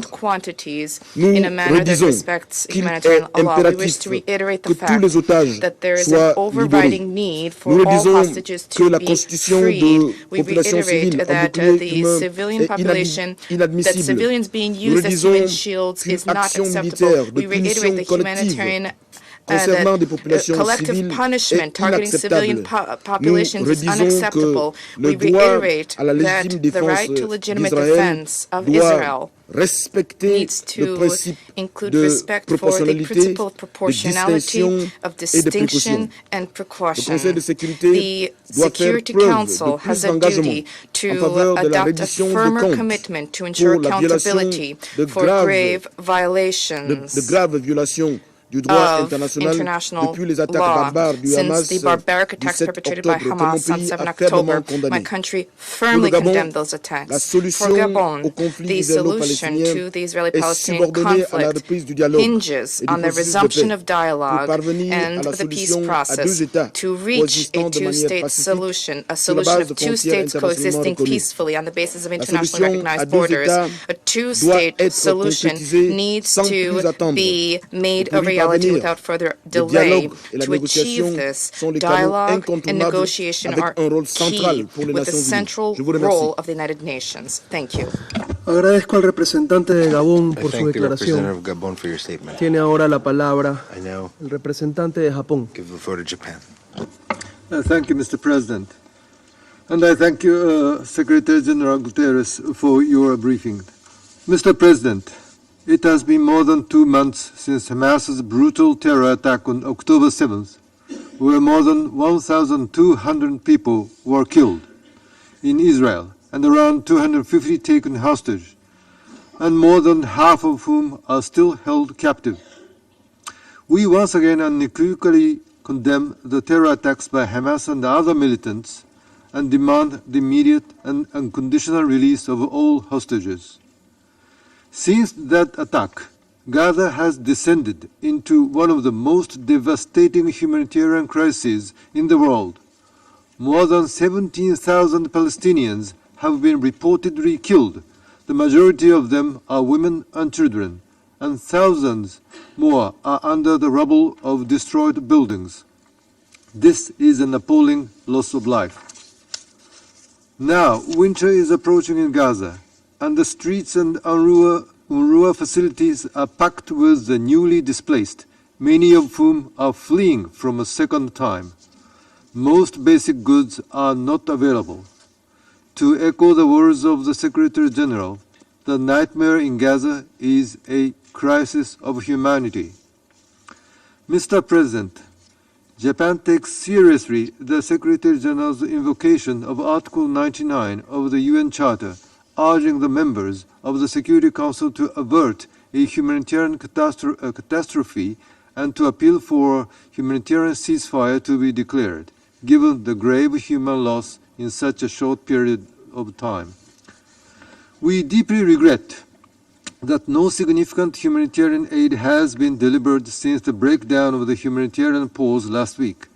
The delivery of essential supplies solely through the Rafah crossing is utterly insufficient. Of course, we welcome that Israel agreed to open Karem Shalom crossing for screening and inspection, the establishment of monitoring mechanism under the authority of the UN is also critical. Japan believes the Council cannot simply watch the situation deteriorating. It is our responsibility to address this grave humanitarian situation immediately. What is more, there are increasingly serious spillovers concerns in the West Bank, Lebanon, Syria, Iraq, and the Red Sea. This situation could all too easily engulf the already volatile region. Against this backdrop, Japan's position is clear. Humanitarian concerns should be given utmost priority. All parties must abide by UN Security Council Resolution 2712. And more than that, the Council must urgently speak in a united voice, whatever the language we may agree upon, to avert a further deterioration of the humanitarian situation.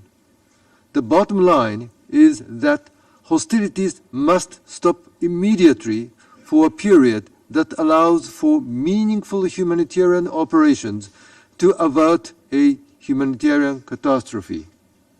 Mr. President, only a two-state solution will enable both Israelis and Palestinians to live in lasting and secure peace. Today, that goal seems far off. Gaza has been devastated. The task of reconstruction will be enormous, and we must consider what political and security arrangement will be in place when the fighting stops. But even amidst the current disparate crisis, we must not forget that peace and coexistence is possible. I thank you, Mr. President. Agradezco al representante de Japón por su declaración. Tiene ahora la palabra la representante de Ghana. Give the floor to Ghana. Thank you, Mr. President. Let me begin by thanking you for convening this meeting. I also thank the Secretary General for his briefing and his intervention and efforts in helping to find a solution to the ongoing war between the State of Israel and Hamas.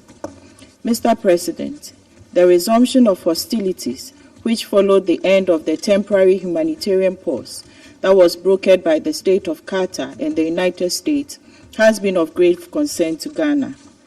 We are equally worried about the challenge of committing to the spirit of the humanitarian pauses and the obligation to preserve civilian lives and infrastructure, which makes a humanitarian ceasefire more necessary now, as called for by the Secretary General. It is in that regard that we welcome the decision by the Secretary General to invoke Article 99 of the UN Charter, which has only been invoked 4 times in the over 7 decades of history of the United Nations, the last time being in 1989. We note that the ongoing Israeli-Hamas conflict has unfortunately taken a heavy toll on the civilian population on both sides and consequently created a serious security and humanitarian crisis not only in Gaza but also in Israel and the other occupied Palestinian territories. It is regrettable that civilians and non-combatants, especially those residing in the Gaza Strip, the West Bank, and Israeli communities along the border with Gaza, are bearing the brunt of the violence. We are concerned that the already dire humanitarian situation in Gaza has rapidly worsened in the last few days. Unfortunately, the use of heavy weaponry and the bombardment of Gaza has made it extremely difficult for humanitarian actors to have access to many of the internally displaced people, including the aged, pregnant women, and children who face significant challenges, including limited access to essential services such as healthcare, clean water, and electricity. Ghana, like all the other delegations, is worried about the decision by the Israeli government to expand its ground operations to cover all parts of the Gaza Strip. The decision puts the lives of the civilian population in the densely populated Gaza Strip at serious risk. We note that the destruction of critical infrastructure, including schools and hospitals, exacerbates the suffering of innocent civilians caught in the crossfire. We join in the appeal by the Secretary General and all Council members for both Israeli security forces and Hamas to prioritize and put in adequate measures to protect civilians on both sides. As per the principles of international humanitarian law, governing the legal use of force in an armed conflict. The ongoing war presents complex security and humanitarian concerns that require immediate attention by this Council. The security concerns of both Israel and the Palestinian people must be addressed. International cooperation, direct diplomatic negotiations, and a commitment by both Israel and Palestinian Authority to engage in frank dialogue are essential to address the underlying causes of the conflict and for achieving lasting peace for both Israelis and Palestinians. The security of Israel and the inalienable rights of the Palestinian people for their homeland lies in the deepened commitment to a negotiated two-state solution on the basis of the pre-1967 borders with Jerusalem as the shared capital. We call on Council members with moderating influence on both Israel and Hamas to use all means possible to heed the calls of the international community for steps leading to peace and an eventual settlement of the conflict. In closing, we wish to reiterate our long-held belief that it is only through a comprehensive and inclusive approach that the Middle East question can be settled. I thank you. Agradezco a la representante de Ghana por su declaración. Tiene ahora la palabra el representante de Brasil. Thank you, Mr. President. I thank the Presidency for convening this open briefing upon the timely request of the United Arab Emirates and the Russian Federation. I thank the Secretary General for his important briefing. The humanitarian situation in Gaza is appalling and without precedent. Secretary General Guterres, for the first time since the beginning of his tenure, invoked Article 99 of the Charter to address this Council. And it is not that the world has been spared from serious conflicts elsewhere since then. We commend the Secretary General's initiative, which convenes another express call for a humanitarian ceasefire in Gaza. Appeals for a humanitarian ceasefire from the international community, the United Nations, humanitarian actors, and also by all members of this Council have justifiably multiplied over the past weeks after more than 2 months of conflict. An urgent ceasefire is even more needed now since the resumption of hostilities. The conflict has brought the humanitarian system in support of civilian lives in Gaza to the point of total and unprecedented collapse. Over 80% of Palestinians in Gaza were uprooted from their homes and are becoming ever more deprived of the minimum necessary to survive. These conditions are unacceptable. We recall Brazil's efforts in this Council since the very beginning of the crisis, including during its presidency. Our draft resolution was supported by the vast majority of Council members, but was vetoed by a permanent member, as was the case with other drafts. Our proposal called for immediate humanitarian pauses, among other provisions. If adopted on that occasion, thousands of lives would have been saved. Brazil also spared no efforts in joining the international initiatives in support of a humanitarian ceasefire and to ensuring the protection of civilians. We are being constantly reminded that there is no safe place in Gaza.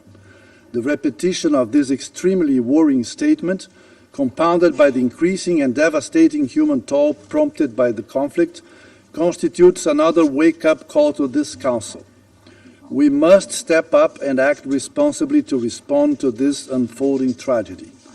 The dramatic humanitarian situation leaves us with no alternative. We need an immediate halt in hostilities for as long as necessary, allowing for proper humanitarian action. The provisions of Resolution 2712, recently adopted by this very Council, must be fully implemented. In the absence of this, we, particularly those responsible for any failure, risk complicity and a very negative judgment by history. It is difficult to express the frustration that many of us continue to feel. That frustration is not just with Council inaction. We urge all those with power to influence the key stakeholders to allow for the necessary conditions for a meaningful action by the Council. Mr. President, once again, it is necessary to reiterate that obligations under international law, and especially international humanitarian law, must be respected in any conflict.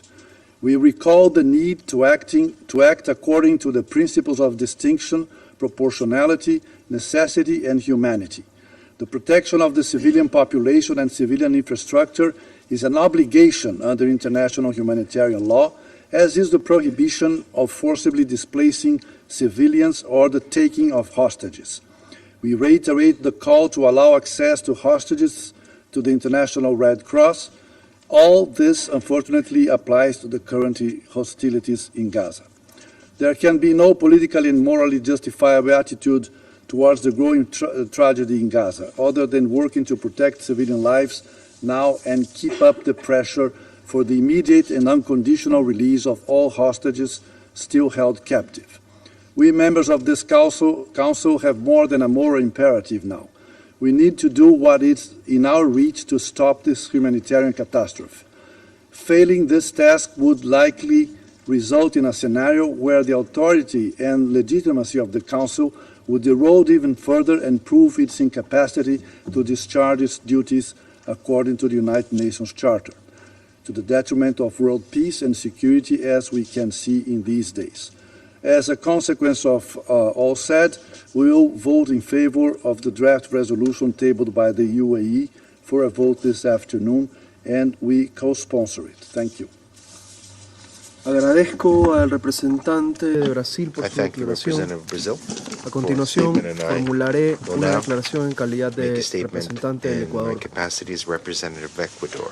Para comenzar, quisiera agradecer al secretario general por su intervención de esta mañana y reiterar el respaldo del Ecuador para su trabajo y el de todo el sistema de las Naciones Unidas en estos difíciles momentos. El pasado miércoles, por primera vez en más de 30 años, se ha invocado el artículo 39 de la Carta, que permite al secretario general llamar la atención de este Consejo hacia cualquier asunto que, a su juicio, pueda amenazar el mantenimiento de la paz y la seguridad internacional.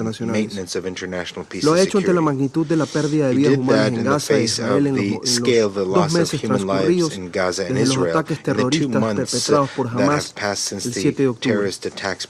Lo ha hecho porque la situación se está deteriorando rápidamente y para evitar que se derive en otro colapso total, una catástrofe con consecuencias que podrían resultar irreversibles para la paz y la seguridad en la región.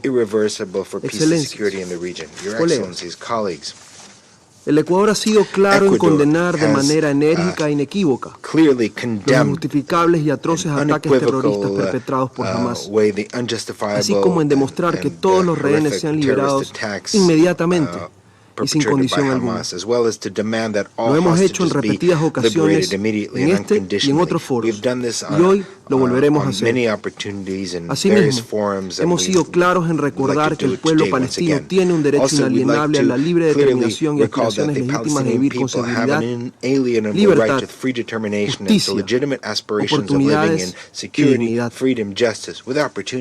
Hemos expresado nuestra solidaridad con Israel y con Palestina, porque todas las vidas son valiosas, porque nos duelen todas las muertes, porque no hay justificación alguna para causar dolor y muerte a civiles inocentes. Hemos señalado que Israel tiene el derecho a defender a su población y también la ineludible obligación de respetar los principios del derecho internacional y el derecho internacional humanitario al ejercer tal derecho. También hemos rechazado el uso de civiles como escudos humanos por parte de Hamas. En definitiva, nuestra posición ha sido clara y ha estado fundamentada en el derecho internacional y en la defensa de la vida y la dignidad humana. Estos son los principios que nos guían en este y en todos los temas, sin doble estándar. Colegas, excelencias, en coherencia con estos principios y ante el llamado del secretario general, creemos que es ineludible un cese al fuego humanitario que permita aliviar la terrible situación en Gaza y disminuya el riesgo de una expansión de la violencia en la región. Por desgracia, ninguna acción de este Consejo puede recuperar vidas perdidas, pero sí podemos intentar evitar más sufrimiento, más dolor y más muertes.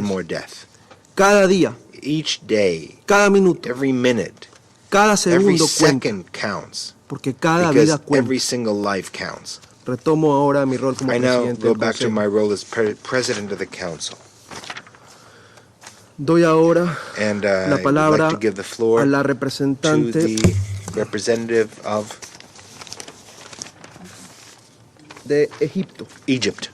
Muchísimas gracias, señor presidente, y Thank you very much, felicitaciones Mr. para President. asumir la presidencia del Congratulations on Consejo de assuming the Seguridad. presidency of the Security Permítame Council. hablar en árabe, mi lengua. Thank you, Mr. President. Thank you, Mr. President.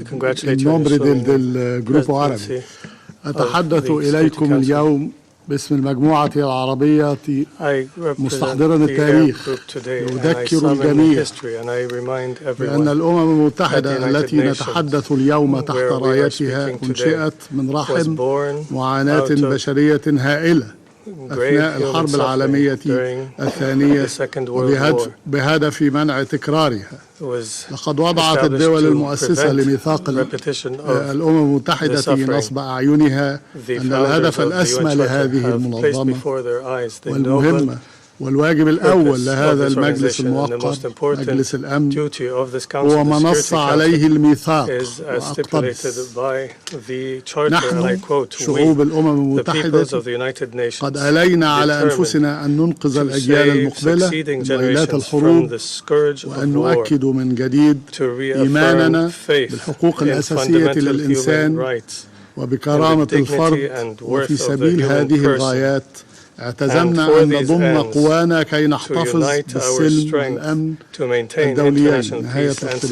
security. End of quote. سيد الرئيس إن Mr. العالمين President, العربي the Muslim والإسلامي and Arab worlds, بل وكل الشعوب and المحبة all peace-loving للسلام nations, والعدل وكل صاحب and ضمير justice-loving حي nations, and every بات individual with ينظر a living لدور conscience هذه is المنظمة looking وهذا towards the المجلس role of this organization and this وتحديدا council, in في هذه particular الكارثة الإنسانية during this غير المسبوقة humanitarian catastrophe that التي is تحيق بالشعب unprecedented, الفلسطيني that الأعزل has inflicted the بكثير unarmed Palestinian من people. الغضب They are والاتهام. looking with نعم، rage and الاتهام accusation, والانتقاد yes, accusation and لغياب criticism العدل because of والمساواة the lack والإنصاف of justice بعد أن عجز and المجلس equality after the لمدة council for شهرين 2 عن months أداء has been واجبه unable to في fulfill its وقف إطلاق النار. responsibility to reach a بل ceasefire. وبات فيه مع الأسف And in من يعرقل fact, هذا there الوقف is ويمنعه في obstructs سابقة the خطيرة ceasefire ستؤثر in حتما a إن لم precedent تكن that أثرت will impact, بالفعل if it has not على impacted مصداقية already, منظمة the الأمم المتحدة في credibility التعامل of مع the United الأزمات Nations in الحالية addressing present والمستقبلية. and future crises. سيد الرئيس، Mr. يحل President, اليوم مطلع الشهر today الثالث is the للحرب beginning على of the غزة third month of the التي war on أسفرت Gaza, حتى الآن عن which has مقتل led أكثر until من now to the 17,000 death of more قتيل فلسطيني من 17,000 أبرياء هذا الشعب Palestinian الأبي deaths الأعزل.